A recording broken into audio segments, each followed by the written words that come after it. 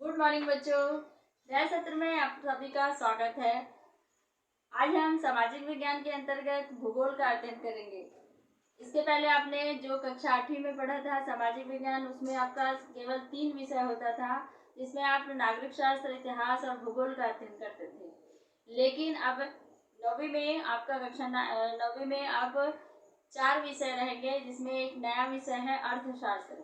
इसमें देखेंगे इतिहास, नागरिक शास्त्र, भूगोल और अर्थशास्त्र।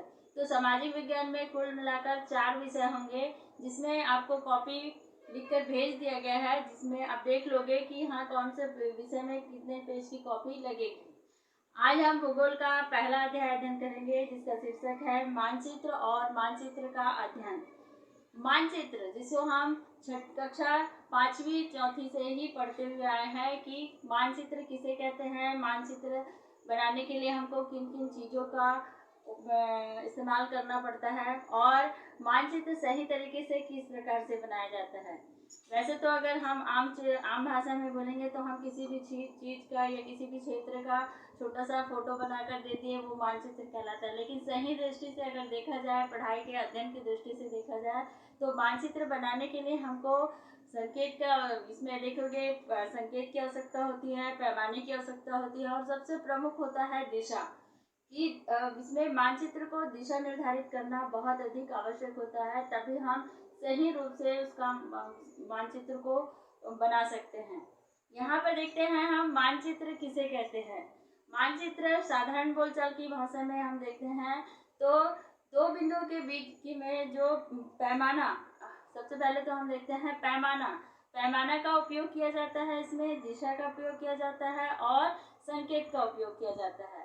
तो इसमें मानचित्र की परिभाषा के आधार पर देखा जाएगा कि किसी भी क्षेत्र या किसी भी वस्तु को हम पैमाने, दिशा और संकेत के माध्यम से किसी कागज में छोटे रूप में प्रदर्शित करते हैं तो उसे हम मानचित्र कहते हैं।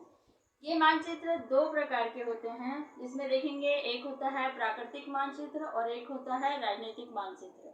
प्राकृतिक मानचित्र आपने पढ़ा होगा, देखोगे जब हम लोग नक्शा भरते हैं या नक्शा भरना सीखते हैं तो उसमें हम लोग कभी राजनीतिक का उपयोग करते हैं, कभी प्राकृतिक मानचित्र का उपयोग करते हैं।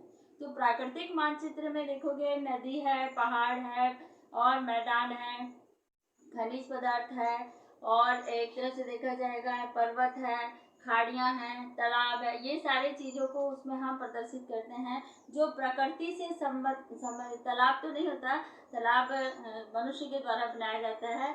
ये इसमें देखेंगे तो जो प्रकृति से संबंधित होते हैं, है ना, वनस्पति है और पहाड़ है, नदी है, मिट्टी है, वहाँ की जलवायु है, कहाँ पर खाड़ियाँ हैं, ये सारी चीज़ प्राकृतिक मानचित्रों के माध्यम से दर्शाया जाता है। और उसी के आधार पर देखते हैं हम लोग राजनीतिक मानचित्र। राजनीतिक मानचित्र में देखेंगे हम राज्यों के राज्य, जिस प्रकार से हमारे भारत में 29 राज्य हैं, तो अलग अलग राज्यों का अलग अलग क्षेत्र और अलग अलग रूप से उसका नक्शा निर्धारित होता है। तो उस प्रकार से हम उसको निर्धारित करते हैं। तो मतलब एक राज्य में, एक देश में कितने राज्य हैं या देश का नक्शा किस प्रकार से बनता है, ये राजनीतिक नक्शे में आता है। तो बच्चे यहाँ पर देखते हैं हम सबसे पहले मानचित्र को बनाने के लिए हमको सबसे प्रमुख रूप से किन चीज़ों की आवश्यकता पड़ती है। तो किन चीज़ों में सबसे प्रमुख हम देखते हैं तो दिशा। हम दिशा किसे कहते हैं, तो दिशा देखेंगे किसी भी क्षेत्र में, मतलब नापने के लिए हम क्या करते हैं, एक तो हम यहाँ पर फेक सुई का इस्तेमाल करते हैं, दिशा सूचक यंत्र का इस्तेमाल करते हैं, या फिर दिशा को जानने के लिए।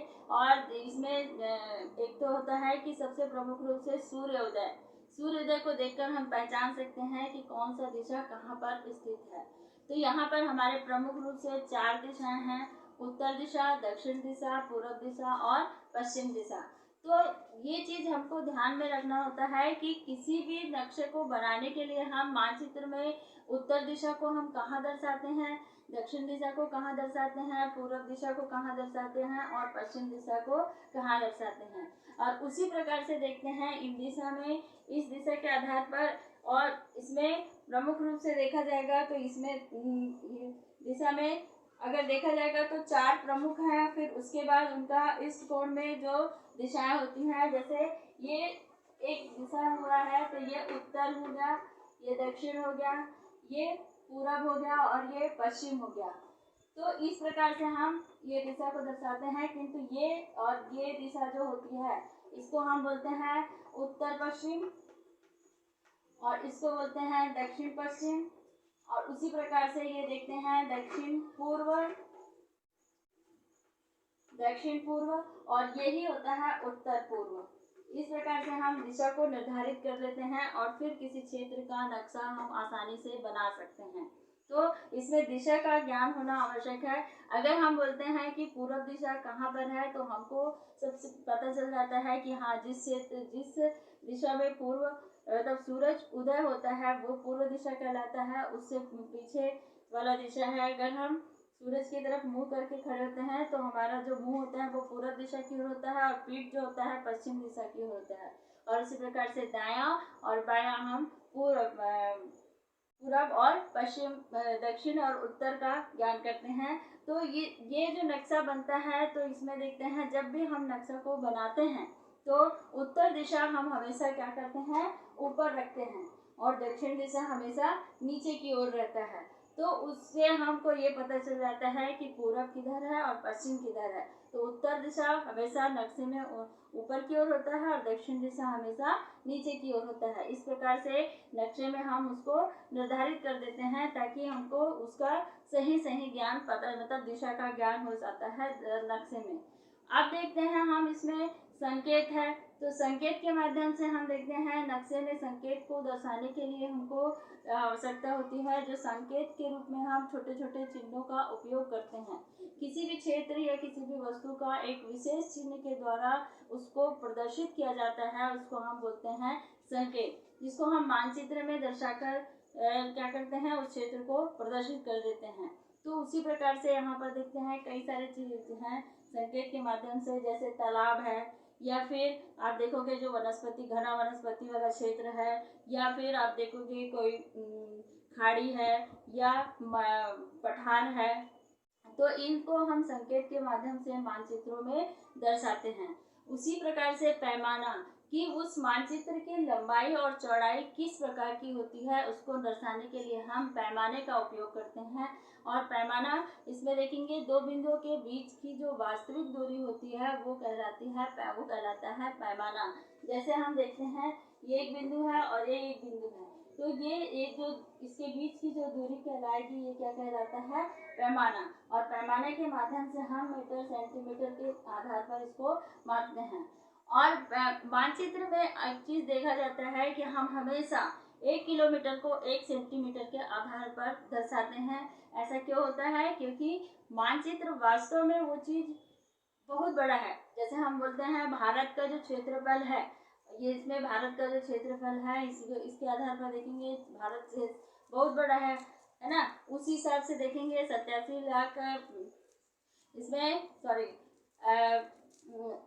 भारत का जो क्षेत्रफल है उसके आधार पर यहाँ पर अगर हम बढ़ाते हैं उसको, तो हमको बहुत बड़े कागज की आवश्यकता पड़ती है। और उसी के आधार पर यहाँ पर देखते हैं, अगर हम भारत का क्षेत्र 87,63,200 सॉरी ये 82,87,87,हजार है, 3,87,263 वर्ग किलोमीटर है। 3,87,263 वर्ग किलोमीटर भारत का जो क्षेत्रफल है वो यहाँ पर हमको प्रदर्शित करना पड़ता है। और जिसके आधार पर अगर हम देखते हैं तो वो हम पैमाने के आधार पर हम उसको प्रदर्शित करते हैं। तो यहाँ पर देखा जाएगा कि हम पैमाने का उपयोग इस प्रकार से करते हैं कि इसमें वो जो बहुत बड़ा जो क्षेत्र है वो छोटे रूप में प्रदर्शित हो जाता है। तो पैमाने को हमेशा हम किलोमीटर जैसे होता है, जितना किलोमीटर क्षेत्र होता है उसको सेंटीमीटर में दर्शाते हैं, ताकि आसानी से वो क्षेत्र को हम छोटे से कागज में प्रदर्शित कर सकते हैं।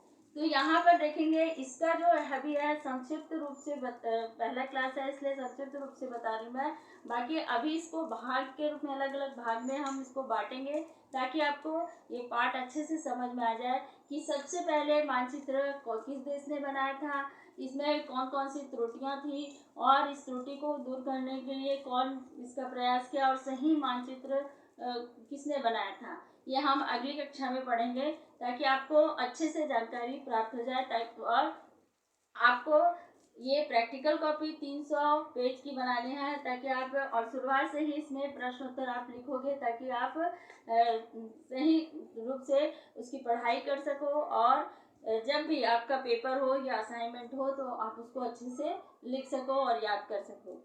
तो बच्चों आज के लिए बस इतना है और आगे के लिए क्लास आपका भाग 2 भूगोल में मानचित्र और मानचित्र का अध्ययन भाग 2 में पढ़ेंगे आप लोग। ठीक है, थैंक यू।